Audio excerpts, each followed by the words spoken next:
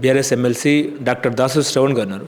శ్రవణ్ గారు ఒకవైపేమో అందాల పోటీలు నిర్వహిస్తున్నారు, ఇంకోవైపేమో ఇవాళ అందాల భామలు వరంగల్కి వెళ్తుంటే అక్కడ చిరు వ్యాపారుల షాపులన్నీ కూడా జేసీబీలతో ధ్వంసం చేస్తున్న పరిస్థితి. సో బీఆర్ఎస్ పార్టీ సీనియర్ నాయకుడిగా ఈ అందాల పోటీలు వరంగల్లో జరిగిన ఇన్సిడెంట్ని ఎట్లా చూస్తారు సార్? అంటే ఊరంతా ఒక దారి ఉలిపికట్ట ఒక దారి అని ఒక సామెత ఉంటుంది. తర్వాత ఇంకో సామెత కూడా ఉంటుంది, మనం బాగా వింటాం. రోమ్ నగరం తగలబడుతుంటే నీరో చక్రవర్తి ఫిడేల్ వాయించుకుంటూ తిరిగిండు అని చెప్పని. ఇంకొక సామెత ఉంటుంది, ఇల్లు గాలి ఒక ఆయన ఏడుస్తుంటే ఇంకేదో ఇంకో ఆయన ఏడిచినట్టుగా ఒక సామెత ఉంటుంది. ఇవన్నీ కూడా రేవంత్ రెడ్డి గారి ప్రభుత్వానికి వర్తిస్తాయి. ఇవాళ రాష్ట్రంలో ఒక పక్కన రైతులు నానా ఇబ్బందుల్లో ఉన్నారు, నిరుద్యోగులు నానా ఇబ్బందుల్లో ఉన్నారు, అనేక సమస్యలతో రాష్ట్రం సతమతం అవుతూ ఉన్నది. ఆర్థికపరమైనటువంటి పూర్తి విధ్వంసం ఈ 16 నెలల్లో జరిగిపోయింది. రియల్ ఎస్టేట్ రంగం సర్వనాశనం అయిపోయింది, రెవెన్యూ జనరేషన్ లేదు, కాంట్రాక్టర్లకు బిల్లులు చెల్లిస్తలేరు, రోడ్లు ఆగమాగం ఉన్నాయి, విద్యా వైద్య వసతుల్లో రకరకాలైనటువంటి ఇబ్బందులు ఎదుర్కొంటున్నారు. రాష్ట్రం అంతా కూడా ఒక ఛిద్రమైన పరిస్థితి. ఈ ఛిద్రమైనటువంటి ఒక రాష్ట్రాన్ని బాగు చేయాలంటే you have to focus on reviews, you have to focus on public policy. వీటిని పక్కన పెట్టేసి రేవంత్ రెడ్డి గారి ఫోకస్ అంతా కూడా అందాల పోటీల మీద ఇవాళ ఉన్నటువంటి పరిస్థితి. ఇది రాష్ట్రంలో అంతర్గతమైన పరిస్థితి.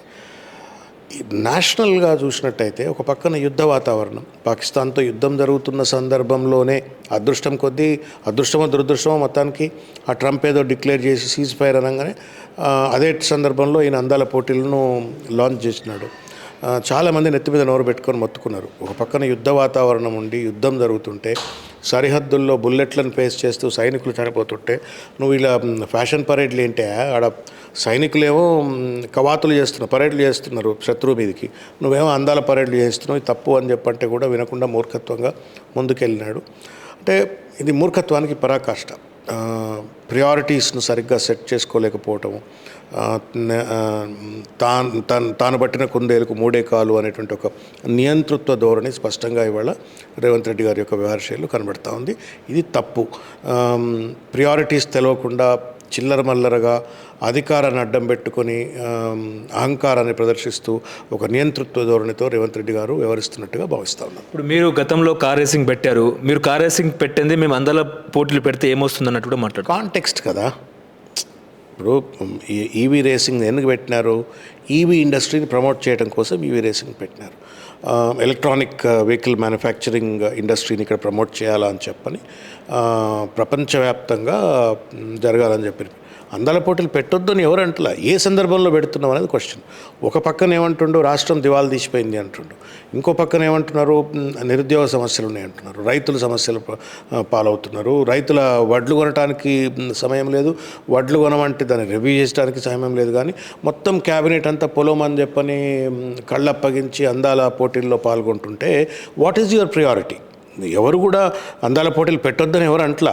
ఏ సమయము సందర్భం అని ఒక మాట ఉంటుంది కదా. ఏ టైంలో ఏం చేయాలో అదే చేయాలా.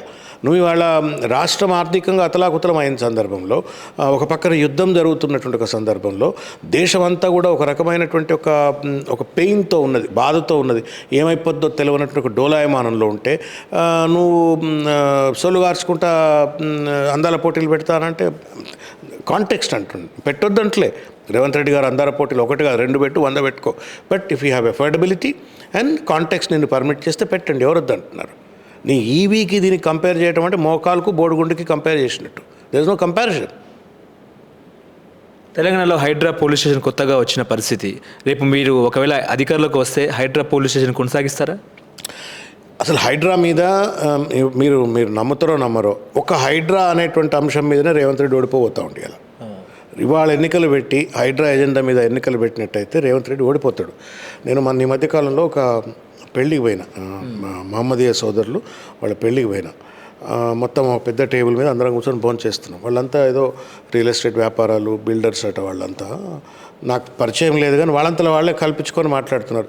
సాబ్ అబ్ घर में बैठे रहिए, केसीआर साहब तीसरी बार मुख्यमंत्री बन जाएगा అంటున్నారు.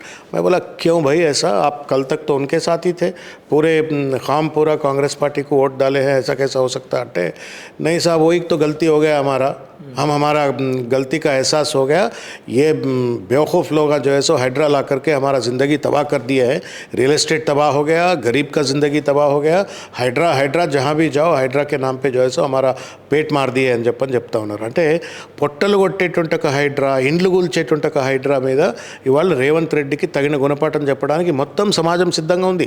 నేను ఈ మతం ఆ మతం ఈ కులం ఆ కులం అని కాదు, మొత్తం సమాజం అంతా సిద్ధంగా ఉంది. కాబట్టి హైడ్రా మీద తప్పనిసరిగా రివ్యూ జరుగుతుంది.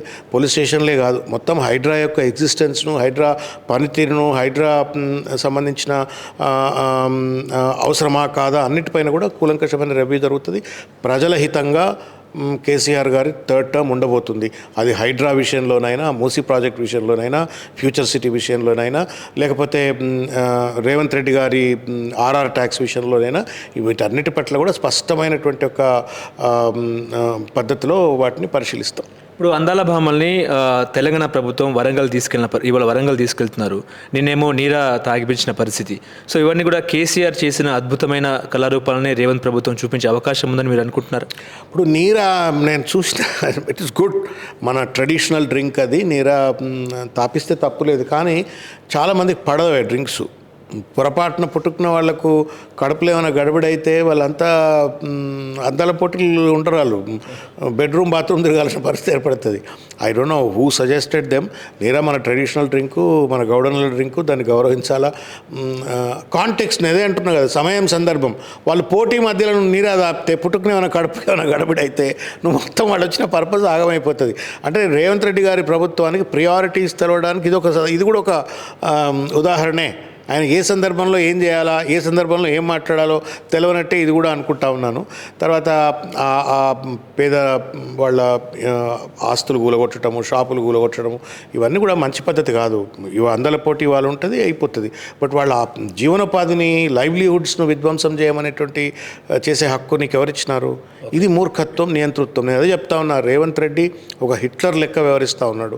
స్వంత క్యాబినెట్లో చర్చ చేయడు, స్వంత పార్టీలో చర్చ చేయడు.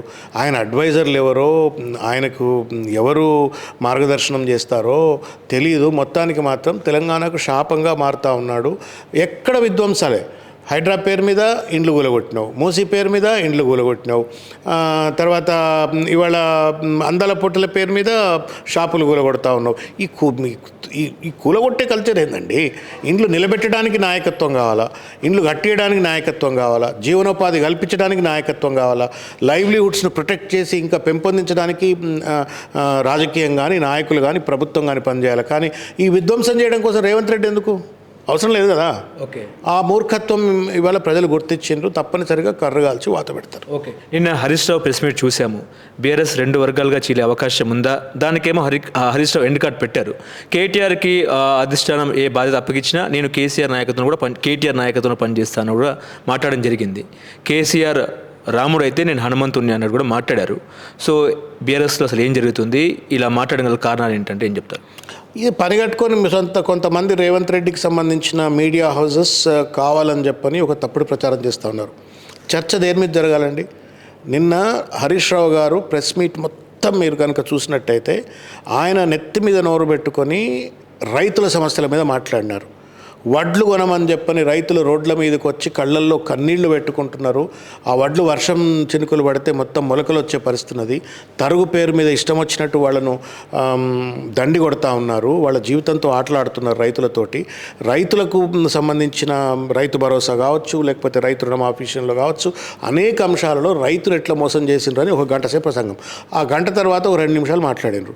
చర్చ దేని మీద జరుగుతూ ఉంది? ఇప్పుడు మీ ప్రశ్న దేని మీద ఉంది? ఆ 2 నిమిషాల మీద ప్రశ్న చేస్తూ ఉన్నారు. రేవంత్ రెడ్డికి కూడా ఇదే కావాలా. గంట సేపు హరీష్ రావు గారు లేవనెత్తిన అంశాలపైన చర్చ జరగొద్దు. ఆయన దానికి రేవంత్ రెడ్డి గారు సమాధానం చెప్పరు, ప్రభుత్వం సమాధానం చెప్పదు. కానీ చిల్లర మల్లర అంశాలను భూతద్దంలో పెట్టి చూపెట్టేసి పార్టీలో ఏదో వైరుధ్యాలు ఉన్నాయని చెప్పని పార్టీని ఎదుర్కోలేకపోతా ఉన్నాడు. బీఆర్ఎస్ పార్టీని ఎదుర్కోలేకపోతా ఉన్నాడు. బీఆర్ఎస్ పార్టీ పట్ల ప్రజల్లో పెరుగుతున్నటువంటి ఒక ప్రేమను అడ్డుకట్టేయలేకపోతా ఉన్నాడు. అసెంబ్లీ వేదికగా కేటీఆర్ గారు, హరీష్ గారు లేవనెత్తున్న అంశాల పట్ల సమాధానం చెప్పలేనట్టు ఒక పరిస్థితి కనబడతా ఉంది. వీటన్నిటి నేపథ్యంలో ఈ తప్పుడు ప్రచారం ఏంటంటే హరీష్ గారికి కేటీఆర్ గారికి పంచాయతీ ఉంది, కేసీఆర్ గారికి హరీష్ గారికి పంచాయతీ ఉంది, ఇట్లా చెప్పి పబ్బం గడుపుకోవాలనే ప్రయత్నం చేస్తూ ఉన్నారు. ఆడెవడో బ్రిటిష్ వాడు డివైడ్ అండ్ రూల్ అని చెప్పని లేనిపోని బట్టగాల్చి మీదేసి రాజకీయ పబ్బం గడుపుకోవాలనుకుంటారు. వాస్తవానికి హరీష్ గారు చెప్పినా లేకపోతే మాలాంటి కార్యకర్తలం దగ్గరగా చూసినట్టు ఒక విషయం కూడా, హరీష్ రావు గారికి హనుమంతుడికి రాముడు ఎంతో హరీష్ రావు గారికి కేసీఆర్ గారు అంతా. కేసీఆర్ గారికి హరీష్ రావు ఒక హనుమంతుడి లెక్క. ఏ ఆదేశం ఇచ్చినా సరే 24 గంటలు పనిచేసేటువంటి ఒక నికార్స్ అయినటువంటి ఒక కేసీఆర్ సైనికుడు ఆయన. నెంబర్ 1. నెంబర్ 2, కేటీఆర్ గారు హరీష్ గారు వాళ్ళిద్దరూ ఒక నాణానికి 2 వైపులు. They are both sides of one coin. వాళ్ళు ఆలోచనలో కానీ, వ్యూహంలో కానీ, ఆచరణలో కానీ, కేసీఆర్ పట్ల నిబద్ధతలో కానీ వాళ్ళిద్దరూ కూడా ఒక కుటుంబం నుంచి వచ్చిన వాళ్ళే కాదు, ఒక ఆలోచనతోటి కేసీఆర్ తయారు చేసిన అస్త్రాలు వాళ్ళు. ఇద్దరు కూడా కేసీఆర్ తయారు చేసిన అస్త్రాలే. కాబట్టి వాళ్ళిద్దరి మధ్యన వైరుధ్యం ఉందని చెప్పని రేవంత్ రెడ్డి ఏదో రాజకీయ పబ్బం గడుపుకోవడానికి ప్రయత్నం చేస్తే మూర్ఖత్వం అవుతుంది. వాళ్ళు కృష్ణార్జున్ లెక్క ఉన్నారు, కలిసి పనిచేస్తారు, కలిసి పనిచేసినారు. భవిష్యత్తులో రేవంత్ రెడ్డి ప్రభుత్వానికి కర్రగాల్చి వాత పెట్టడానికి వాళ్ళిద్దరూ తప్పనిసరిగా మహాభారతంలో కృష్ణార్జునులు ఎట్లనో ఈ తెలంగాణ భారతంలో వాళ్ళిద్దరు అట్లా కొట్లాడతారు. ఓకే, ఇప్పుడు భారత్ పాక్ మధ్య కాల్పుల విరమణ అనేది తాత్కాలికమని ప్రైమ్ మినిస్టర్ మోడీ చెప్పడం జరిగింది. సో ఈ తాత్కాలికంలో కూడా నేనే యుద్ధాన్ని ఆపానని కూడా ట్రంప్ అంటున్నారు. సో 2 దేశాల ద్వైపాక్షిక ఒప్పందంలో 3వ వ్యక్తి అంటే అమెరికా అగ్రరాజ్యం డిపెండ్ అవ్వడం ఎట్లా చూస్తారు? చాలా దురదృష్టం. వాస్తవానికి ట్రంప్ అనేటువంటి ఒక వ్యక్తి మరి ఏ భావనతో ఆ రకమైన స్టేట్మెంట్ చేసినాడో, ఏ కాన్ఫిడెన్స్తో ఆ స్టేట్మెంట్ చేసినాడో తెలియదు. కానీ మొత్తానికి మాత్రం ఆయన ఒక పెద్ద super cop, global super cop. అంటే ఇప్పుడు మనం డీజీపీ అంటాం కదా, రాష్ట్రానికి డీజీపీ అన్నట్టుగా ఆయన మొత్తం యూనివర్స్కు నేను డీజీపీ అన్నట్టుగా నేను ఫత్వా జారీ చేస్తే 2 రాష్ట్రాలు ఒప్పుకున్నాయి అన్నట్టుగా జారీ చేయటం అనేటువంటిది భారతదేశ ఆత్మగౌరవం పైన ట్రంప్ చేసిన దాడి. నెంబర్ 1.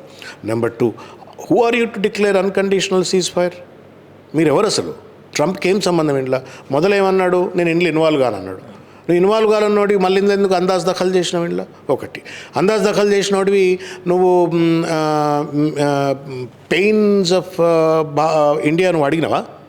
భారతదేశం ఏం ఇబ్బందికి గురవుతున్నది వాళ్ళ పాకిస్తాన్ వల్ల, ఏ రకమైనటువంటి ఒక నిరంతర ఇబ్బందులకు గురవుతుంది అడిగినావా?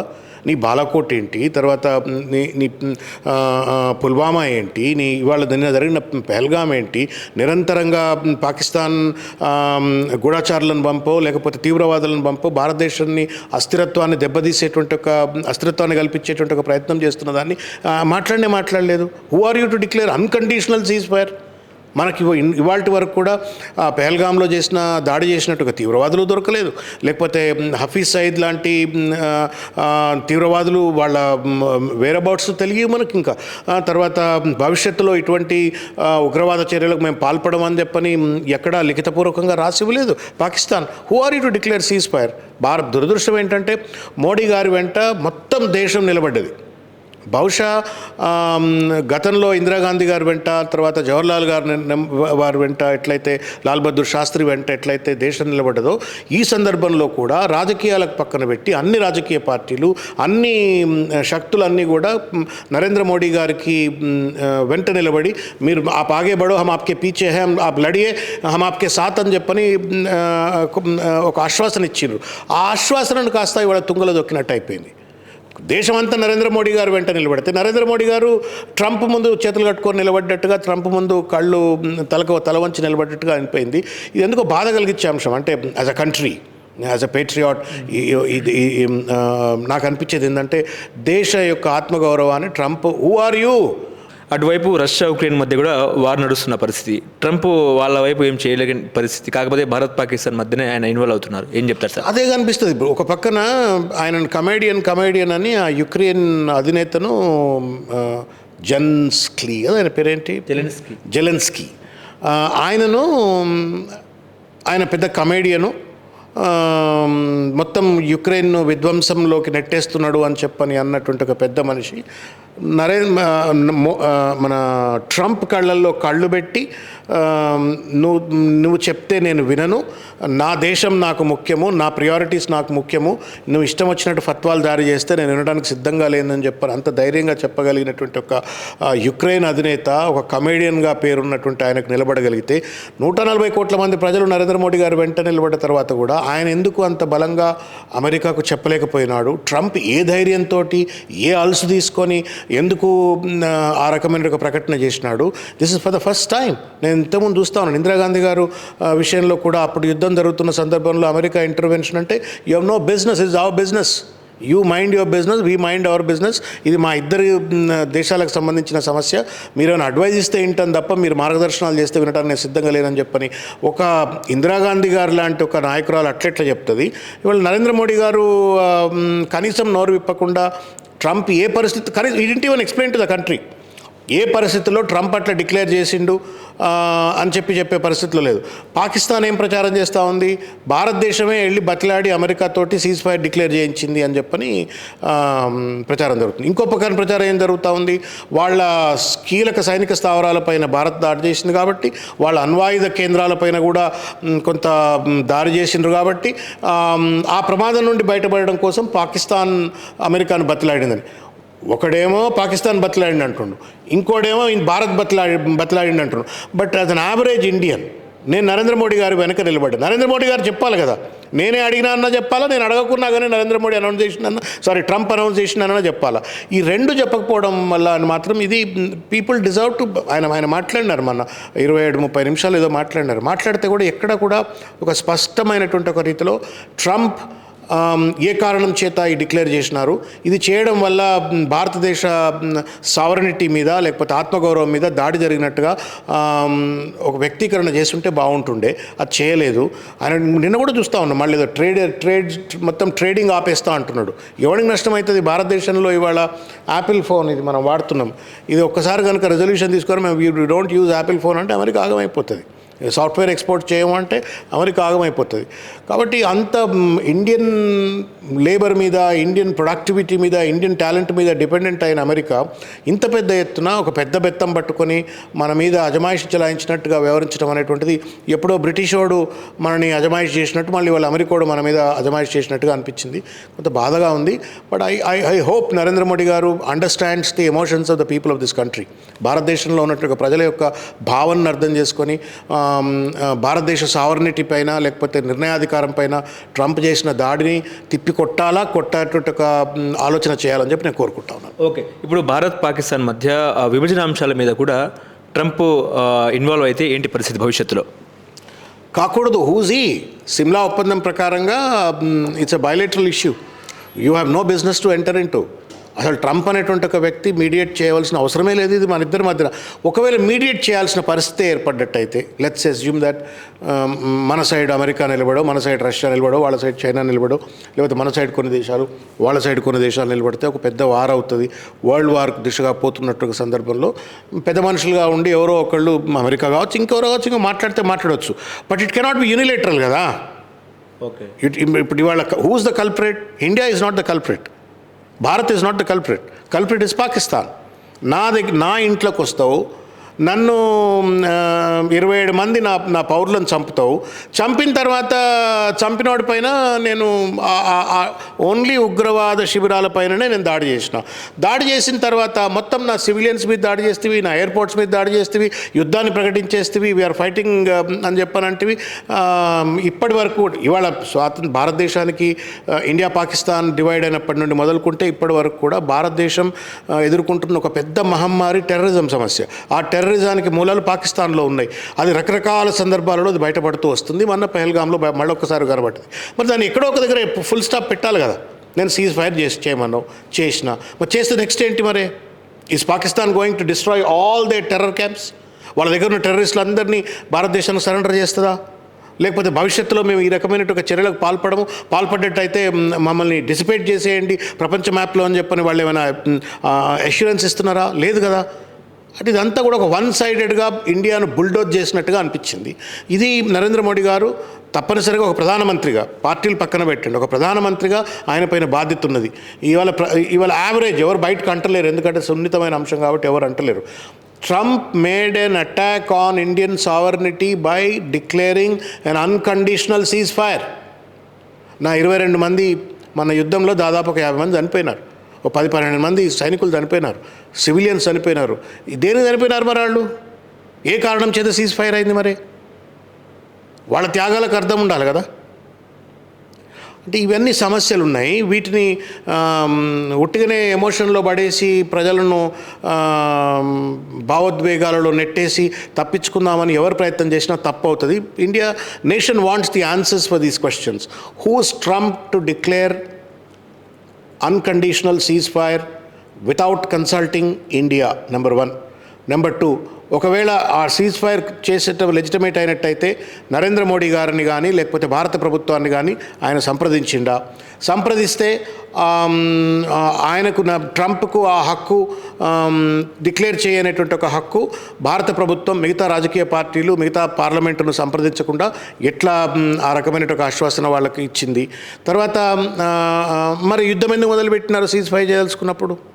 If you are to yield to the pressure of ట్రంప్ని అడిగే యుద్ధం మొదలు పెట్టాల్సి ఉండే. మరి నువ్వు ట్రంప్ చెప్తే బంద్ చేసినప్పుడు ట్రంప్ని అడిగే యుద్ధం మొదలు పెడితే అయిపోతుండే కదా. అనవసరంగా వందల కోట్ల వేల కోట్ల రూపాయలు ఖర్చు తగ్గిపోతుండే. పోయిన మురళీ నాయక్ పాప మన తెలుగు బిడ్డ చచ్చిపోకుంటుండే కదా. కాబట్టి ఇవన్నీ కూడా ప్రజలను కొంత సందేహంలోకి నెట్టేసేటువంటిది. బాధ్యత కలిగినటువంటి ఒక పౌరుడిగా కావచ్చు లేకపోతే దేశాభిమానిగా కావచ్చు నరేంద్ర మోడీ గారు అంటే ఒక టాల్ లీడర్ అని చెప్పని అందరూ నమ్మినారు. బట్ దీంతో సడన్గా ఆయన గ్రాఫ్ పడిపోయింది. దాన్ని కోసమైనా సరే ఆయన ఇవాళ ప్రజలకి సమాధానం చెప్పాలా, ఎందుకంటే భవిష్యత్తులో it's will not become a president. ఇవాళ ట్రంప్ వచ్చి మాట్లాడు, రేపు ఇంకో కంప్ ఎవడో వచ్చి మాట్లాడతాడు. ఎవడు పెట్టుకోవాలి భారతదేశం మీద ఈ రకమైన ఒత్తిళ్లు పెడితే? It's a wrong precedence that he has accepted. ఇంత అభివృద్ధి చెందిన దేశము, ఇంత ప్రపంచానికి విశ్వగురువులం అని చెప్పుకుంటాము. మీరు విశ్వగురువులు అయితే ఆయన ఎందుకు ప్రపంచ గురువు లెక్క మీ మీదకి వచ్చి కూర్చుంటున్నాడు? కాబట్టి ఇది కొంత మనందరినీ కూడా కలిచివేసే అంశం.